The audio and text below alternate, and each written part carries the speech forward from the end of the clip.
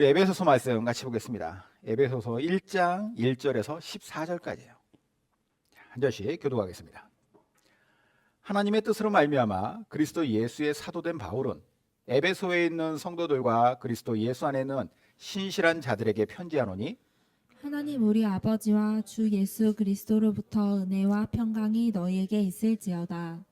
찬송하리로다. 하나님 곧 우리 주 예수 그리스도의 아버지께서 그리스도 안에서 하늘에 속한 모든 신령한 복을 우리에게 주시되 곧 창세 전에 그리스도 안에서 우리를 택하사 우리로 사랑 안에서 그 앞에 거룩하고 흠이 없게 하시려고 그 기쁘신 뜻대로 우리를 예정하사 예수 그리스도로 말미암아 자기의 아들들이 되게 하셨으니 이는 그가 사랑하시는 자 안에서 우리에게 거저 주시는 바 그의 은혜의 영광을 찬송하게 하려는 것이라. 우리는 그리스도 안에서 그의 은혜의 풍성함을 따라 그의 피로 말미암아 속량 곧 죄사함을 받았느니라. 이는 그가 모든 지혜와 총명을 우리에게 넘치게 하사 그 뜻의 비밀을 우리에게 알리신 것이요 그의 기뻐하심을 따라 그리스도 안에서 때가 찬 경륜을 위하여 예정하신 것이니 하늘에 있는 것이나 땅에 있는 것이 다 그리스도 안에서 통일되게 하려 하심이라.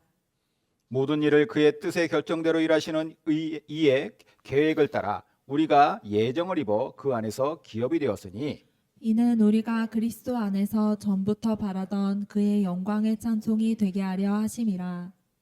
그 안에서 너희도 진리의 말씀 곧 너희의 구원의 복음을 듣고 그 안에서 또한 믿어 약속의 성령으로 인치심을 받았으니 이는 우리 기업의 보증이 되사 그 얻으신 것을 속량하시고 그의 영광을 찬송하게 하려 하심이라. 아멘. 우리가 새해를 맞이할 때마다 하는 인사가 있어요. 새해 복 많이 받으세요. 이렇게 얘기하죠. 새해 복 많이 받으세요. 우리나라 사람 치고 복 많이 받으라고 하는 인사를 싫어할 사람 아무도 없을 겁니다. 다들 복 받고 싶어 하죠. 자기 자신도 복을 많이 받고 싶을 뿐만 아니라 다른 사람한테 그렇게 인사할 때에는 다른 사람도 복을 많이 받았으면 좋겠다. 근데 또 내심 또 너무 많이는 또 내가 배 아프니까 적당히 그 사람의 인생에 복이 임하였으면 좋겠다. 이런 덕담을 우리가 주고받습니다. 그러면 이제 사람들이 이렇게 주고받는 복 많이 받으라고 했을 때의 그 복이란 무엇인가? 뭘까요? 복. 그 복을 조금 분해해서 생각을 해봤어요. 뭐가 복일까? 먼저는 건강의 복이 아닐까요? 건강하십시오. 이런 뜻이죠. 큰 병도 당연히 걸리지 않았으면 좋겠고 작은 병치료도 이왕이면 안 하면서 건강하게 잘 살았으면 좋겠다. 사고도 안 당했으면 좋겠다. 이런 마음을 담아서 복 많이 받으라 이런 얘기하죠. 또 근심 걱정 없는 그런 정서적 안정도 누렸으면 좋겠다라고 하는 의미로 복을 많이 받으라 누리라 라고 얘기합니다. 스트레스 많이 받는 인생 그게 아니라 정말 행복한 삶을 살라는 것이요. 또 하나 중요한 거 돈이죠. 돈 많이 버세요 이 말이에요. 자, 이런 의미를 담아서 우리가 이제 복 받으라고 하는 덕담을 주고받는데 이러한 복의 개념들을 하나로 통합해서 보면은 하나의 단어로 말할 수가 있을 것 같아요. 형통이다. 형통하세요. 건강도 하고 마음의 안정도 있고 행복하고 돈도 많이 벌고 하는 일마다 잘 됐으면 좋겠다라는 것이죠. 우리 모두 다 형통한 인생 살고 싶습니다. 저도 형통하고 싶고 다들 형통하고 싶을 거예요. 가끔씩 희한한 사람 이렇게 나는 그런 거 싫다 하는 사람, 돈 싫어, 명예 싫어 다 그런 사람들. 그런 사람들은 형통보다는 뭔가 자기가 추구하는 자기만의 철학이 있을 수도 있겠죠. 하지만 대부분의 사람들은 다 인생이 형통했으면 해요. 그러면 또 이런 생각할 수 있어요. 인생이 형통한 걸로 모든 것이 끝이냐? 형통한 인생이 가장 중요한 가치냐라는 거예요. 가장 크고 궁극적인 가치. 그게 건강하고 걱정 근심 없고 돈만 잘 버는 것이냐라고 했을 때에 그건 아니라고 생각을 해요. 무엇보다 더 큰 가치, 궁극적인 진짜 복이 있다라는 거예요. 진짜 복. 그게 구원이라는 복입니다. 아무리 세상에서 건강하게 장수하고 스트레스나 걱정 근심 없이 행복하게 살고 돈도 많이 벌어가지고 남부럽지 않게 막 떵떵거리고 살아도 그 사람도 죽어요. 이 땅에서 길어야 100년 삽니다. 그 100년만 잘 살다가 가면은 뭐 할 거예요? 남들 다 부러워하는 만 가지 복을 누렸던 사람이라 할지라도 결국은 다 죽을 텐데 그 죽어서 그 이후에 영원한 삶을 죄악의 형벌 가운데서 영원히 지내야 된다? 크게 보면은 결코 그 사람은 복받은 사람이 아니라고 할 수 있겠죠. 우리는 경험해 보지 못한 것들에 대한 막연함이 있습니다. 죽음 그렇잖아요. 우리가 죽어보지 않았으니까 그 이후에 일어난 일들에 대한 막연함이 있어요. 머릿속으로는 알겠는데 이게 실제로의 실감이 잘 나지 않죠. 죽음 이후에 영원한 시간이 기다린다? 실감이 안 나요. 막연하게 생각해요. 죽으면 구원받은 자는 영원한 천국에 살 것이고 구원받지 못한 자는 영원한 지옥에 살 것이다. 뭔가 이게 비현실적으로 느껴지는 것들이 많이 있다라는 거죠. 하나님께서는 부정할 수 없는 당신의 말씀으로서 얘기하였어요. 천국과 지옥이 있다라는 거. 그리고 그곳에서 영원히 지낼 것이다. 다른 옵션은 없어요. 두 개밖에 없습니다. 그럼 여기서 잠깐 앞으로 있을 영원이라고 하는 시간의 개념을 좀 생각해 봤으면 해요. 영원. 영원이라고 하면 너무 막연하잖아요. 제가 대학생 때 한 선교사님이 영원에 대한 한 예를 들어서 설명을 해주셨는데 그게 아직까지도 제 뇌리에 딱 박혀 있어요. 영원이라는 것이 얼마나 긴 시간이냐. 이 앞에 나가면은 아주 튼튼한 불멸의 개미가 한 마리 있습니다. 이 개미가 어느 날 결심을 해요. 동쪽으로 가리라. 그래서 동쪽으로 기어가요. 계속 끝없이 기어가가지고 얼마나 걸릴지 모르겠지만 동해안까지 다다릅니다. 동해안에 가니까 모래가 있네. 그 모래 하나를 개미가 입에 딱 물어요. 그리고 다시 왔던 길로 돌아옵니다. 서쪽으로. 그리고 출발했던 곳 이곳을 지나쳐서 서쪽 끝까지 가서 인천까지 가요. 그리고 그 서해안에다가 동해안의 모래를 하나를 뱉습니다. 힘들 거 아니에요. 오랫동안 갔다 왔으니까. 기력을 회복하기 위해서 거기서 몇 달을 쉬고 그리고 다시 동쪽으로 갑니다. 이렇게 개미가 동쪽에 있는 동해안의 모든 모래를 서쪽으로 다 옮겨버리고 그렇게 모든 모래가 다 옮겨졌을 때 영혼은 그때부터 이제 시작인가? 라는 거예요. 이 이야기에서 뜻하는 바가 뭐냐? 영원이라고 하는 것은 전혀 우리가 상상하지도 못할 끝이 없음이라는 거예요. 엄청나게 긴 시간이죠. 이 시간을 보낼 수 있는 방법은 아까도 말씀드렸듯이 두 가지밖에 없습니다. 천국이냐 지옥이냐, 눈물이나 사망이나 애통이나 곡하는 것이나 아픈 것이 다시 없는 하나님의 집에서 영원하게 사는 것이냐, 아니면 끔찍한 고통의 형벌을 받는 지옥에서 영원히 살 것인가. 어디로 가야 하는지는 명확해요. 아버지 집이죠. 그곳으로 가는 것이 진짜 복이다라는 거예요. 바울은 이러한 진짜 복에 대해서 많이 이야기했습니다. 특별히 고난 중에서 힘겨운 현실의 삶을 살아가고 있던 로마의 성도들에게 로마서 8장 18절에 이렇게 얘기해요. 생각하건대 현재의 고난은 장차 우리에게 나타날 영광과 비교할 수 없도다. 다른 말로 하면 현재 우리가 딱히 좋은 형통한 삶을 누리지 못하는 것은 사실인데 장차 우리가 누리게 될 복은 여기서 누릴 수 있는 어떤 것보다도 어떠한 복보다도 훨씬 더 뛰어나고 영광스러운 진짜 복이다. 영원한 천국을 바라보면서 살자라는 거예요. 항상 이런 확신과 또 기대를 가지고 있고 소망을 가지고 있었던 바울이기에 에베소 교회에서도 교회를 향하여서도 이 영원한 복에 대한 이야기를 들려주고 있습니다. 자, 먼저 본문을 보면은 현지의 발신자인 바울이 수신자인 에베소의 교회 성도들에게 축복의 인사를 이렇게 건네면서 시작합니다.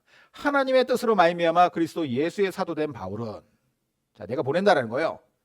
에베소에 있는 성도들과 그리스도 예수 안에 있는 신실한 자들에게 편지하노니 하나님 우리 아버지와 주 예수 그리스도로부터 은혜와 평강이 너에게 있을지어다. 에베소라고 한 도시는요, 바울이 2차 선교여행과 3차 선교여행을 할 때 들렀던 도시인데요, 아주 큰 도시입니다. 2차 때는 사실 거기에서 오래 머물지 않고 금방 나갔는데 3차 때는 꽤 오랜 시간을 에베소에 머물렀어요. 3차 선교여행의 총 기간이 한 4년 정도로 보고 있는데 그중에 거의 한 3년을 에베소에 머물렀다고 합니다. 그러면 그만큼 그가 이 3차 선교여행을 통해서 심혈을 기울인 곳이 어딘지가 명확하게 드러나죠. 에베소에서 많은 사람들과 오랜 시간을 같이 지내면서 그들에 대해서 속속들이 알았을 것이고 그들을 잘 키우고 가르쳤을 거예요. 자, 이렇게 세워진 에베소 교회 성도들에게 편지를 쓸 때 바울이 이렇게 축복하는 첫인사를 하고 나서, 그리고 나서 자신을 비롯한 여러분들이 예수님을 믿는 우리들에게 있는 찬송할 이유가 있다라고 3절에 이렇게 얘기합니다. 찬송하리로다. 하나님 곧 우리 주 예수 그리스도의 아버지께서 그리스도 안에서 하늘에 속한 모든 신령한 복을 우리에게 주시되. 찬송하리로다. 찬송합시다 이 말이에요. 찬송할 이유가 있다라는 거죠. 그게 뭐냐? 예수 그리스도의 아버지인 하나님께서 예수님을 믿는 우리들에게, 그리스도 안에서라는 것이, 하늘에 속한 모든 신령한 복을 주셨다. 하늘에 속한 모든 신령한 복을 예수님을 믿는 우리들에게 예수님의 아버지인 하나님이 주셨기 때문에 우리는 찬송할 만하다. 여기서 중요한 거, 하늘에 속한 모든 신령한 복이라는 이야기예요. 하늘에 속했다라는 것은 이 땅이 아닌 하나님의 나라에 속한 것이고, 모든이라고 하는 것은 어떠한 부족함도 없이 모든 것을 갖춘 완벽한 것이며, 신령하다라는 것은 영적인 축복이라는 거예요. 영적인 복이라는 것이죠. 그래서 오늘 말씀의 제목처럼 이게 진짜 복이다, 이것이야말로 복이다라는 거예요. 바울은 이 복을 진짜 백이 복이라고 얘기하면서 이걸 이해하기 쉽도록 설명을 해주는데요. 이 복은 우리에게 세 개의 은혜로 말미암아서 우리에게 주어졌다라고 얘기합니다. 구원의 복은, 구원이라고 하는 복은 세 가지 은혜가 합쳐져서 우리에게 주어진 것이다. 그러므로 이 세 가지 은혜를 받은 사람들은 마땅히 이것에 대한, 이 은혜에 대한 필연적 반응으로 영광의 찬송을 올려드림이 마땅하다라고 하면서 그 뒤에 나오는 쭉 내용 보면은 후렴구처럼 은혜를 얘기하고 그 은혜로 말미암아서 우리가 영광의 찬송을 올려드림이 마땅하다, 이렇게 표현해요. 자, 첫 번째 은혜는 뭐냐? 진정한 복을 만들어내는 첫 번째 은혜는 하나님의 선택이라는 은혜예요. 곧 창세전에 그리스도 안에서 우리를 택하사 우리로 사랑 안에서 그 앞에 거룩하고 흠이 없게 하시려고 그 기쁘신 뜻대로 우리를 예정하사 예수 그리스도로 말미암아 자기의 아들들이 되게 하셨으니 이는 그가 사랑하시는 자 안에서 우리에게 거저 주시는 바 그의 은혜의 영광을 찬송하게 하려는 것이라. 위에서도 말씀드렸지만 우리에게 있어서 궁극적인 복은 뭐냐? 구원이라고 하는 복이에요. 이 구원이 어디서부터 시작되느냐? 어떤 탁월한 사람이 어느 날 구원의 필요성을 느끼고 그 절실한 필요성 때문에 여정을 떠나요. 구원을 찾아내려고. 그래서 구원을 열심히 찾다 결국 찾아내서 그 사람이 후세에게 이게 구원이다, 이렇게 해야 된다라고 가르쳐준 게 아니라는 거예요. 절대로 불가능한 가설입니다. 왜냐? 구원에 이르는 복은 인간이 찾아낼 수 없어요. 인간이 얻어낼 수 없어요. 그것은 하나님의 철저한 계획과 그분의 실행 과정을 거쳐서 주어지는 것이기 때문입니다. 그것에 대해서 바울이 지금 여기서 말하는 거예요. 하나님께서 어떻게 하셨느냐? 창세전에 우리를 택하셨다. 선택. 그 선택은 어디에서 이루어지느냐? 그리스도 안에서 이루어졌다. 뒤집어 생각하면 그리스도 밖에서의 선택은 있다 없다? 없다. 그리스도 안에서만 있다. 그럼 그리스도 안에서는 뭐냐? 그리스도를 믿는 것이다. 예수님과 상관없는 하나님의 선택은 아예 없다라는 거예요. 다른 종교를 비하하려고 하는 것이 아니라, 그래서 다른 종교에서는 구원이 없다라고 하는 이야기가 이것 때문입니다. 그리스도 안에서만 하나님의 선택이 있으니까. 그러면 이 하나님의 선택으로 말미암아 우리는 예수님을 믿을 수 있도록 하시는 예정하심이 있었다는 거예요. 즉 우리는 예수님을 믿어서 구원에 이르도록 하신 하나님의 예비하신 길을 우리가 걸어왔다라는 거죠. 그러면 우리를 이렇게까지 택하시고 예정하시고 구원하신 하나님께 우리가 뭔가 지불해야 되는 건 있지 않을까? 하나님이 내가 일단 급하게 설명할 겨를 없이 너를 이렇게 구원해 놨어. 그랬으니까 이제는 네가 그 값을 해야지 라고 하는 계산서가 날라오지 않느냐라는 거죠. 바울이 말합니다. 계산서는 없다. 거저다. 그래서 그거를 은혜라고 부른다. 그것이 은혜로 말미암아 우리에게 주어주신 하나님의 선택에 의한 예정된 그 길을 따라서 우리에게 주어진 구원이지만 우리가 마땅히 해야 할 건 있지 않겠냐라는 거예요. 그게 뭐냐? 그분의 은혜에 대해서 영광의 찬송을 올려드리는 것이다. 자, 다시 6절을 보면은 이는 그가 사랑하시는 자 안에서 우리에게 거저 주신 바 그의 은혜에 영광을 찬송하게 하려는 것이라. 마땅한 것이 그의 은혜의 영광을 찬송하는 것이다라는 거예요. 대단한 말씀입니다. 왜냐? 하나님께서 우리에게 이렇게까지 하신 것은 정말 지독하다는 생각을 할 수 있기 때문이죠. 왜 이렇게까지 사랑하셨는가? 심지어 언제 선택하셨다고 얘기했냐면 창세 전부터래요. 그러면 내가 태어난 것이 지금 뭐 1900년대, 뭐 2000년대 이때인데 이것보다 훨씬 더 이전에, 아니 세상이 만들어지기 이전부터 하나님이 나를 택하셨다? 나를 아셨다? 어떤 일이 있어도 나의 거룩하고 흠없는 자녀로 내가 만들어야지라고 하는, 그래서 내가 이 친구를 영원한 천국의 기쁨을 누리게 해야지라고 하는 그 마음 하나로 우리를 위한 선택과 계획이 있으셨다는 거죠. 그러니 우리가 어찌 영광에, 그분의 영광에 찬송을 하는 것이 뭐 아깝거나 그것이 혹은 뭐 귀찮거나 마다하거나 부정할 만한 일이겠습니까? 영원한 지옥에서 끄집어내서 영원한 천국으로 이끄신 하나님, 그분은 우리의 영광과 찬송을 받으시기 합당한 분이죠. 두 번째 은혜, 구원이라고 하는 진정한 복을 만들어낸 은혜. 두 번째는 예수님의 속량이라고 하는 은혜예요. 우리는 그리스도 안에서 그의 은혜의 풍성함을 따라 그의 피로 말미암아 속량 곧 죄사함을 받았느니라. 모든 일을 그의 뜻의 결정대로 일하시는 이의 계획을 따라 우리가 예정을 입어 그 안에서 기업이 되었으니 이는 우리가 그리스도 안에서 전부터 바라던 그의 영광의 찬송이 되게 하려 하심이라. 자, 아까 위에 4절 5절에서 그리스도 안에서 우리를 택하셨다고 했어요. 그렇죠? 그리고 그리스도로 말미암아 아들들이 되게 하셨다라고 얘기했는데, 예수 그리스도는 하나님의 모든 계획하심의 핵심입니다. 무슨 계획이냐? 우리를 죄악의 영원한 지옥에서 영원한 무죄의 영원한 천국으로 인도하시기 위한 하나님의 계획. 인간이 죄의 문제를 완벽하게 해결하지 않고는 결코 그 어떤 죄악의 형벌을 피할 수 없는데, 그거를 피할 수 있도록 하신 그분, 택하신 우리의 죄를 없애기 위하여 하나님께서는, 이 영원한 형벌에서 건져내시기 위하여 하나님께서는 어떻게 하셨느냐? 죄값을 치를 수 있도록 하셨다는 거죠. 그러면은 우리의 모든 죄를 사함받는 죄값은 얼마냐? 얼마를 내야지 우리의 죄를 다 씻어낼 수 있느냐라고 했을 때, 돈이나 그 어떤 것으로도 죄값은 치를 수 없다. 유일하게 하나만 빼고, 그게 뭐냐? 하나님의 독생자가 우리를 대신해서 죄값을 치르는 것. 그래서 예수님의 십자가가 중요한 겁니다. 십자가에서 우리의 죄값을 치렀으니까. 예수님의 죽음을 본문은 뭐라고 얘기하냐면 그의 피로 말미암아 속량하였다. 피는 곧 성경에서 피는 곧 생명을 뜻합니다. 예수님의 생명으로 우리의 죄를 속량하셨다.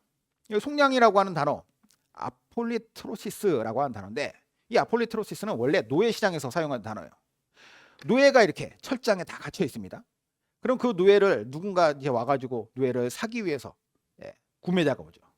노예가 노예를 보고 얘를 하겠습니다라고 해서 그 노예 값을 사서 노예를 풀어줘요. 노예는 스스로 그 안에서 자기의 어떤 값을 치러가지고 자기가 나올 수 없습니다. 자기 힘으로는 못 나와요. 만약에 나는 돈 미리 꿈쳐놨던 게 있어가지고, 혹은 어디서 내가 우연히 주워가지고 내가 돈이 있으니까 내가 이걸로 나의 값을 치르겠습니다. 그러면 뭐라고 그래요? 그 노예를 가지고 있었던 주인이, 너는 원래부터 내 거니까 네가 갖고 있던 것도 내 거지. 안 풀어줘요. 하지만 누군가가 그 노예보다도 훨씬 탁월한 자, 많이 가진 자가 와서 그 노예 값을 대신 치러주면 그 노예는 풀려날 수 있다는 거예요. 이 단어를 왜 쓰셨느냐? 왜 사용하느냐? 마치 예수님께서 행하신 것이 그와 같다는 거죠. 죄악의 노예로, 지옥의 노예로 그것을 풀려날 수 없는 우리가 그것을 풀려날 수 있도록 하신 것이 그분에 의한 속량, 값을 치르신 것이기 때문이다라는 거예요. 더군다나 그 값은 자기의 목숨을 내놓은 값이었다. 예수님의 속량하심이 없었다면 우리에게는 결코 소망이 없었을 겁니다. 예수님이 이 땅에 오셨어도 우리를 위해서 속량의 죽음을, 십자가를 지지 않으셨다면 우리에게는 구원이 없었다라는 거예요. 아까 말씀드린 그 영원을 지옥에서 살아야 돼요. 거기에서는 소멸할 수도 없고 죽을 수도 없는데 거기에서 있어야 돼요. 그런 우리를 끄집어내서 천국으로 옮겨 놓으셨다. 누가 그랬다고요? 예수께서 속량으로 어떤 청구서도 내밀지 않고, 그러므로 우리는 마지막에 뭐라고 그래요? 그의 영광의 찬송이 되게 하는 겁니다. 마땅하다는 거죠. 자, 마지막 세 번째. 또 하나의 은혜가 있습니다. 성령님의 인치심이라고 하는 은혜예요. 그 안에서 너희도 진리의 말씀 곧 너희의 구원의 복음을 듣고 그 안에서 또한 믿어 약속의 성령으로 인치심을 받았으니 이는 우리 기업의 보증이 되사 그 얻으신 것을 속량하시고 그의 영광을 찬송하게 하려 하심이라.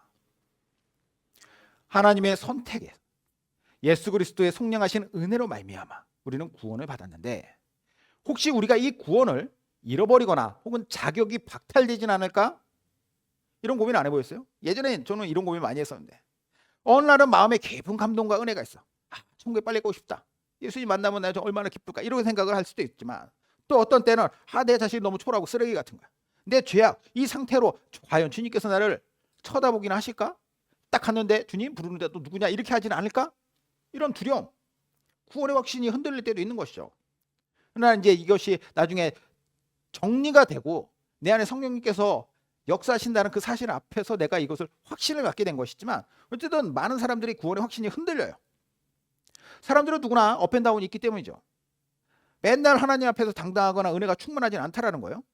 그런데 그런 상태 때문에 나의 상태 때문에 구원을 잃어버릴 수 있느냐 혹은 그 상태로 회복해가지고 다시 그것을 되찾아올 수 있느냐 그런 성격이 아니라는 거예요. 왜냐? 그런 성격이 아니게 만드셨으니까 하나님께서 우리를 누구보다 잘 아시는 하나님께서 우리에게 이러한 것들이 있을 것도 다 아신다는 거예요. 그래서 우리에게 확신을 주시는 분이 계십니다. 네가 약할지라도 나는 너를 절대로 버리지 않겠다라고 하는 하나님의 확신을 주시는 분 성령님이시다. 자, 여기 보면 13, 14절에 약속의 성령으로 인치심을 받았다라고 하는 표현이 있고 그렇죠? 그리고 이는 우리의 기업의 보증이시다라고 얘기를 해요. 약속의 성령님은 우리에게 성경 말씀을 통해 예수님을 알고 또 믿고 그런 믿음이 생기게 되면 자동적으로 우리 안에 임재하셔서 오셔서 절대 떠나지 아니하시는 분, 들락날락 하신 분이 아니에요. 떠나지 아니하시는 분이 우리에게 계시다. 이러한 성령님께서 우리 안에 계심으로써 하시는 것이 뭐 여러 가지 어마어마한 특권들이 있죠. 예를 들어서 우리를 위로하시기도 하시고 성령께서 우리 안에서 말씀을 깨닫게도 하시고 성령의 조명, 말씀을 우리가 성경 말씀을 읽고 뭐 듣고 은혜 받고 깨닫고 이거는 다 성령께서 우리 마음을 우리의 영혼을 건드리시기 때문이에요. 깨닫게 하시기 때문이라는 거죠. 또 주님의 마음을 느끼게 돼요. 하나님께서 나에게 예전에는 정말로 이런 부분들에 대해서 이런 문제에 대해서 내가 별 느낌도 없었지만 이제는 그것에 대한 어떤 강한 느낌이 온다. 성령께서 그 마음을 건드리시는 거죠. 또 중요한 게 있는데 그게 뭐냐? 궁극적인 복인 구원을 보증하시는 것이 중요한 역할이시라는 거예요. 자, 14절에 우리 기업의 보증이 되신다. 기업이라는 것은 영원한 천국이라고 하는 구원을 뜻합니다. 기업이 뭐냐면 받을 유산이에요. 유산. 하나님께서 우리에게 물려주신 것, 아버지로서 자식에게 너 이거 가져라고 주시는 것, 그게 기업입니다. 이 기업을 보증하시는 분이 성령님이다. 이 기업을 우리가 스스로 보증할 수 있느냐? 우리 스스로 그것을 지켜낼 수 있느냐? 우리는 없어요. 기본적으로. 능력이 없으니까. 그러나 성령께서 딱 우리 안에 계시면서 이것을 보증해 주신다. 어떻게 보증하시느냐? 그 보증하시는 표가 있지 않느냐? 13절에 성령님의 인치심이다. 인친다라고 하는 말은 도장 찍는다는 말이거든요. 이제 우리가 생각하는 빨간 도장 말고 2000년 전 당시로 생각해야 돼요. 당시에 인친다라고 하는 개념은 낙인을 찍는다라는 겁니다. 낙인을. 절대로 지워지지 않는 표식. 예를 들어서 어떤 집에 노예가 새로 왔어요. 이 노예가 오면은 이 노예가 그 집안의 소유라고 하는 것을 어떻게 증명할 수 있느냐? 몸에다가 그 집안의 표식을, 고유의 표식을 지져서 새기는 거예요. 낙인을 찍는 거죠. 이렇게 해놓으면 얘는 어디 도망가도 얘는 그 집안이에요. 그 집안 소유예요. 어디에서나 자기의 정체성은 그것으로 그냥 남아있는 것이죠. 하나님의 선택으로 예수 그리스도의 속량에 의해서 영원한 형벌에서 우리는 벗어날 수 있었어요. 그렇죠? 그렇게 우리가 이 땅에 살다가 다시 우리가 형벌의 영역으로 빨려 들어가고 거기에 우리의 어떤 가지고 있는 구원의 은혜의 복을 빼앗기고 그럴 수는 없다라는 거예요. 마귀가 우리를 노리다가 저놈 저거 내가 쓰러뜨려요, 넘어뜨려요, 내가 다시 지옥으로 끌고 가야지. 그럴 수 없다라는 거야. 왜냐? 그러려고 보니까 얘한테 낙인이 찍혀있네. 성령께서 얘 안에 계시네. 어떻게 성령 하나님이신데 하나님의 사람을 끌고 갈 수 있냐는 거예요. 끝까지 보증하신다. 이거 어마어마한 이야기죠. 사실 이걸 누가 지어내려고 해도 지어낼 수도 없는 그런 엄청난 상식 밖의 일을 하나님께서는 행하셨다는 거예요. 왜 그러면 이렇게까지 완벽하게 빈틈없이 구원이라는 복으로 우리를 꽁꽁 싸매어 주셨을까?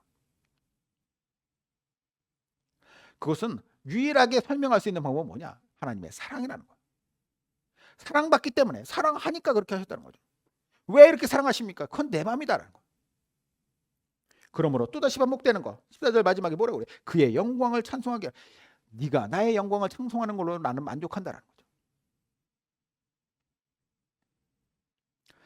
다시 아까 바울이 처음 우리에게 복에 대해 언급했던 3절 보겠습니다. 찬송하리로다. 찬송합시다. 하나님 곧 우리 주 예수 그리스도의 아버지께서 그리스도 안에서 하늘에 속한 모든 신령한 복을 우리에게 주셨다. 영원한 하늘, 하나님의 집에 더 이상 완벽할 수 없는 삼위일체 하나님의 모든 은혜를 다 쏟아 부어주셔서 신령한, 즉 영적인 우리에게 영원한 구원의 복을 주셨다. 우리는 이 구원을 받을 만한 자격이 있었느냐라고 스스로 반문해 보십시오. 없어요. 스스로 판단해 봤을 때도 아무리 객관적으로 봐도 사실 내가 다른 사람들보다 조금 나아 보일 수 있겠지만 내가 과연 평균치 이상일까? 아니면 상위 1% 안에 드는 어떤 그런 착한 사람일까? 택도 없죠. 하지만 그분의 눈에는 자격이고 뭐고 따지고 자시고 할 게 없어요. 나는 이 태초부터 너를 택하여서 구원하기로 작정했다. 그러므로 나는 그 열심을 다하여서 너를 구원해냈다. 하나님의 선택과 예수 그리스도의 속량과 성령님의 인치심으로 말입니다. 우리의 삶이 이 땅에서는 형통하지 않을 수 있습니다. 그러나 이 땅에서는 100년도 못 살아요. 힘들고 괴로울 수 있죠. 하지만 한 가지 형통의 복은 감히 여러분들에게 확실하게 말할 수가 있습니다. 우리에는 영원한 천국에서의 복을 누리게 되었다. 그걸 가르쳐 주시려고 우리로 하여금 이렇게 교회에 와서 복음의 말씀을 듣기도 하시고 또 여기에 나온 대로 영혼의 하나님께 영원한 찬송을 올려드리는, 영광의 찬송을 올려드리는 그 자리로 우리를 부르신 거예요. 그러므로 두려움 없이 사십시오. 소망으로 사시길 바라고, 우리 예수님을 믿는 사람들은 하늘의 신령한 복을 받은 자라고 하는 이 사실 앞에 늘 감사하는 저 여러분 되시기를 주님의 이름으로 축원드립니다. 아멘. 기도하겠습니다.